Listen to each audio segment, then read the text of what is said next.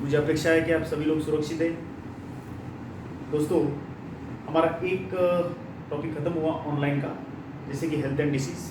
बहुत ही important topic है। Corona के इस पीरियड में आपको वो टॉपिक ज़रूर मदद करेगा। उसको रिवाइज भी करते जाओ। उसके ऊपर एग्ज़ाम भी हुए और भी लूँगा मैं एग्ज़ाम्स। फिलहाल हम एक बड़ा और नया टॉपिक शुरू कर रहे हैं। It is molecular basis of inheritance. Molecular basis of inheritance.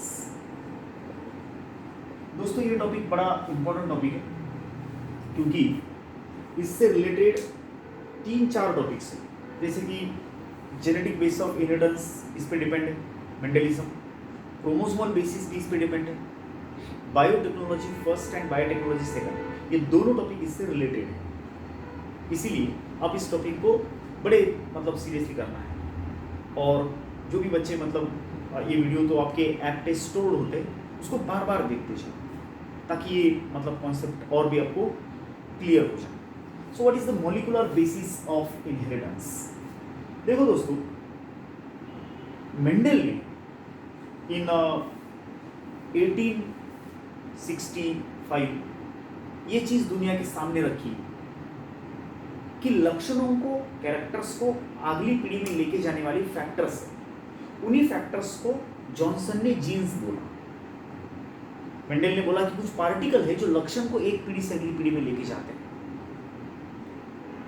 अगर कोई सिंगर है और उसका बच्चा भी सिंगर है, तो उस बच्चे के अंदर उसके पेरेंट का, पापा का, मम्मी का, जो भी सिंगर, उसका वो कैरेक्टर गया, तो कैरेक्टर किसने लेके गया? कौन लेके गया? मेंडल बोला फैक्टर है। उसी फैक्टर को जॉनसन ने जीन बोला। आज हम मेंडल के फैक्टर को जीन ही बोलते हैं, लेकिन इन दोनों को भी ये पता नहीं था कि फैक्टर या जीन की पोजीशन और कंपोजिशन क्या है, वो बॉडी में कहाँ है, सेल में कहाँ है, और वो किस चीज से बना है, किस चीज से वो बना है, पता नहीं। और इसीलिए ये टॉपिक काफी इंपॉर्टेंट बनता है कि यहाँ पे हमको ये बात पता चली कि जिसको हम जीन बोल रहे, जिसको फैक्टर बोल रहे, वो डीएनए के टुकड़े हैं। डीएनए के ऊपर जो है ना, वो बैठे हैं। डीएनए से बने हैं, डीएनए के कुछ हिस्से हैं जो जीन या फैक्टर्स हैं। इसीलिए आपको ये बात पता चाहिए कि फिर डीएनए कौन है। देखो, हमारे पूरे बायोलॉजी में जो जेनेटिक मटेरियल है, वो ज़्यादातर ऑर्गेनिजम्स में डीऑक्सीराइबोस न्यूक्लिक एसिड है। दुनिया में जो न्यूक्लिक एसिड्स है वो 2 ही है, nucleic acids, only 2 nucleic acid. It is DNA, deoxyribose nucleic acid, और RNA, it is ribose nucleic acid. इसमें से आरएनए जेनेटिक मटेरियल बोल के, अब जेनेटिक मटेरियल का मतलब क्या होता है? What is the genetic material? जिस पे जीन्स बैठे होंगे वो जेनेटिक मटेरियल होगा, जिस पर जीन्स होंगे वो जेनेटिक मटेरियल होगा। ये बात एवरी मैक्लियोड एनसीईआरटी 1944 में ये क्लियर हुई कि जीन्स डीएनए पे बैठे हैं, इसीलिए universal genetic material is DNA. Genetic material is DNA, is almost universal genetic material है। Universal genetic material is DNA, deoxyribose nucleic acid. In few viruses जो आरएनए है वो जेनेटिक मटेरियल है। DNA is the genetic material in almost all organisms में DNA is the genetic material. कुछ viruses में, जैसे कि एचआईवी, ह्यूमन इम्यूनोडेफिशिएंसी वायरस, उसमें RNA is the genetic material. बाकी सभी में DNA is the genetic material. देखो, डीएनए अगर जेनेटिक मटेरियल है तो आरएनए सपोर्ट में रहता है, लेकिन आरएनए अगर जेनेटिक मटेरियल है तो डीएनए सपोर्ट में नहीं रहता। ये जो डीएनए होता है ना, deoxyribose nucleic acid, generally double stranded होता है, 2 स्ट्रैंड से बने वाला, और ये प्रोकैरियोट्स में इस तरह से गोल होता है, तो यूकैरियोट्स में इस तरह से लंबा होता है। Eukaryotic DNA, prokaryotic DNA. Bacteria का डीएनए, बैक्टीरिया को छोड़ के बाकी सभी का डीएनए। डीएनए जेनेटिक मटेरियल है। जेनेटिक मटेरियल का मतलब क्या होता कि जिसपे जीन्स बैठे। अगर ये डीएनए है, तो ये न्यूक्लियोटाइड्स के पेयर्स, इसको हम डिटेल में बाद में देखेंगे। तो डीएनए के टुकड़े जो होते हैं वही जीन्स होते हैं। और इसीलिए जब DNA as a genetic material पता चला कि बाबा जीन जो है वो डीएनए पे है, तो सारी दुनिया डीएनए के पीछे लग गई। 1953 में वैटसन एंड क्रिक ने डीएनए को डिस्कवर किया एज अ मॉडल, उसका एक स्ट्रक्चर बनाया, उसके डायमेंशंस दिए, लेंथ, विड्थ, वो किस चीज का बना है वो दिया। जैसे कि डीएनए बना है न्यूक्लियोटाइड्स नाम की यूनिट्स, न्यूक्लियोटाइड्स की एक चेन, न्यूक्लियोटाइड की दूसरी चेन, ये दो चेन से बना डीएनए। ये है न्यूक्लियोटाइड की जोड़ियां, पेयर्स, इसको बोलते हैं बेस पेयर्स। हम इसको सब डिटेल में देखने वाले हैं। ये एक बेस पेयर माने एक न्यूक्लियोटाइड की पेयर, ये दूसरी बेस पेयर माने दूसरी न्यूक्लियोटाइड की पेयर। तो ये units of DNA, these are the units of DNA, DNA की यूनिट्स, इनसे डीएनए बना है, एक धागा दूसरा धागा। इनमें डीएनए के साइज में काफी फर्क है। जितना ऑर्गेनिज्म का मतलब जो कैरेक्टर्स ज़्यादा, उतना डीएनए का साइज भी ज़्यादा, क्योंकि इसके ऊपर जीन्स रखने पड़ते हैं। ये जीन्स को कैरी करता है, जीन्स इसके ऊपर है, this the carrier of gene, इसलिए डीएनए को हम जेनेटिक मटेरियल बोलते हैं। तो दोस्तों अब अगर हम देखते हैं कि अलग अलग ऑर्गेनिजम्स में डीएनए जो है वो अलग अलग साइजेस का होता है। इन द बैक्टीरियोफेज 5174, इसमें जो डीएनए है वो 5300 से भी ज़्यादा बेस पेयर्स कंटेन करता है। बेस पेयर माने ये ऐसे, एक बेस पेयर, दूसरी, तीसरी, चौथी, पांचवी, ऐसे।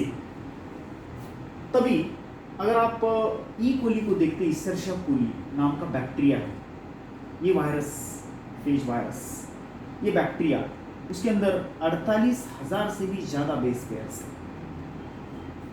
In the sense the phase virus, lambda phase virus के अंदर मोर देन 48,000 से भी ज़्यादा, 48,000 से भी ज़्यादा क्या है, बेस पेयर्स। तभी ई कोली, इसेर्शिया कोली, ये जो बैक्टीरिया है, ई कोली नाम का बैक्टीरिया गंदे पानी में मिलता सबसे जनरल बैक्टीरिया है।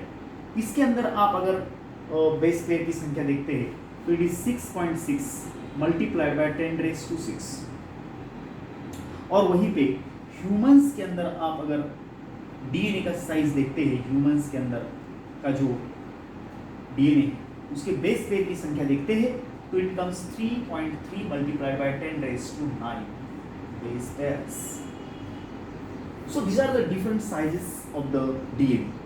वायरस के अंदर जब 5,300 के आसपास बेस पेयर है, तो वही लैम्बडा फेज वायरस जो एक और फेज वायरस है, ई कोली का वायरस है, ये ई कोली के अंदर बढ़ता, ये ई कोली के अंदर बनने वाला लैम्बडा फेज वायरस, ई कोली बैक्टीरिया का नाम है, लैम्बडा फेज वायरस इस बैक्टीरिया में बनने वाले वायरस का नाम है लैम्बडा फेज वायरस। इसके अंदर 48,000 से भी ज़्यादा बेस पेयर है। बेस पेयर ये डीएनए इससे डीएनए, सपोज ये डीएनए है, तो इसके ये होते हैं बेस पेयर माने न्यूक्लियोटाइड पेयर्स। इनके बारे में हम डिटेल में पढ़ने वाले डोंट वरी।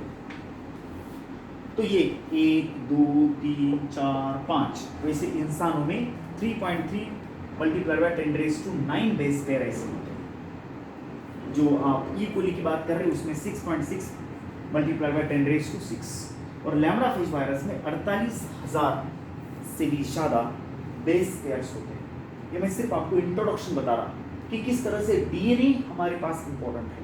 ये जो डीएनए है इसका अलग अलग हिस्से पे जीन्स होते हैं, जैसे कि ये हिस्सा एक जीन और दूसरा हिस्सा और एक जीन, इसके बारे में हम डिटेल में देखने वाले हैं। अभी इतना याद रखो कि दुनिया भर में DNA is the genetic material. Genetic material कौन है? द मटेरियल, द बायोमोलिक्यूल जिसके ऊपर जीन्स बैठे हैं, लक्षण कंट्रोल करने वाले जीन्स जिसके ऊपर बैठे वो genetic material. DNA is the genetic material in almost all organisms except few viruses. कुछ वायरसेस में RNA act as genetic material. DNA और आरएनए दोनों न्यूक्लिक एसिड है, बोले तो न्यूक्लियस से रिलेटेड है। डीएनए और RNA, deoxyribose nucleic acid, ribose nucleic acid. DNA double stranded, RNA single stranded. दोनों न्यूक्लियोटाइड्स से बने हैं। न्यूक्लियोटाइड इज द यूनिट और मोनोमर ऑफ डीएनए। न्यूक्लियोटाइड की जोड़ियां जो होती है ना, वो डीएनए को बनाती है। न्यूक्लियोटाइड का एक चेन, एक धागा, न्यूक्लियोटाइड की चेन, दूसरा धागा, दो चेन एक दूसरे के साथ ज्वाइन होते बाय हाइड्रोजन बॉन्डिंग, और इस तरह से बनता है डीएनए। वो हम बाद में देखेंगे। डीएनए का मॉडल, स्ट्रक्चर सब कुछ देखना है। और मैं आपको डीएनए का जो ये है वो बता रहा, साइजेस वगैरह कैसे रहते हैं कि यूकैरियोट्स में डीएनए ऐसा लंबा रहता है, तो प्रोकैरियोट्स में डीएनए ऐसा सर्कुलर रहता है। लेकिन दोनों में डीएनए जो है वो डबल स्ट्रैंडेड ही रहता है। एक धागा, ये दूसरा धागा, ये एक धागा, ये दूसरा धागा। इसमें प्रोकैरियोट्स में ये सर्कुलर बना, तो यूकैरियोट्स में लीनियर बना। बरोबर। इसको दो एंड्स होते हैं यूकैरियोटिक में। बैक्टीरिया में एंड नहीं होती, वो गोल होता है। दूसरी बात, वायरसेस में भी डीएनए अगर होता है तो काफ़ी छोटे साइज का है। ये बेस पेयर की संख्या आप कैलकुलेट कर सकते हैं, देख सकते हैं कि वायरस का बेस पेयर नंबर इतना है, तो हमारा बेस पेयर नंबर इतना है, तो हमारा डीएनए उससे कितना कितना ज़्यादा बड़ा हो सकता है। इंसानों में या मैमल्स में, ह्यूमंस का एक डीएनए तकरीबन 2.2 मीटर लेंथ का हो सकता है। It can be of the length of 2.2 metre, 2.25 metre के आसपास का डीएनए हो सकता है। So this is the molecular basis में हमको ये सब कुछ डीएनए, आरएनए, उनका बर्ताव, जीन्स, प्रोटीन सिंथेसिस, इस मामले में स्टडी करना है। तो rest of the part in the next video. Thank you very much.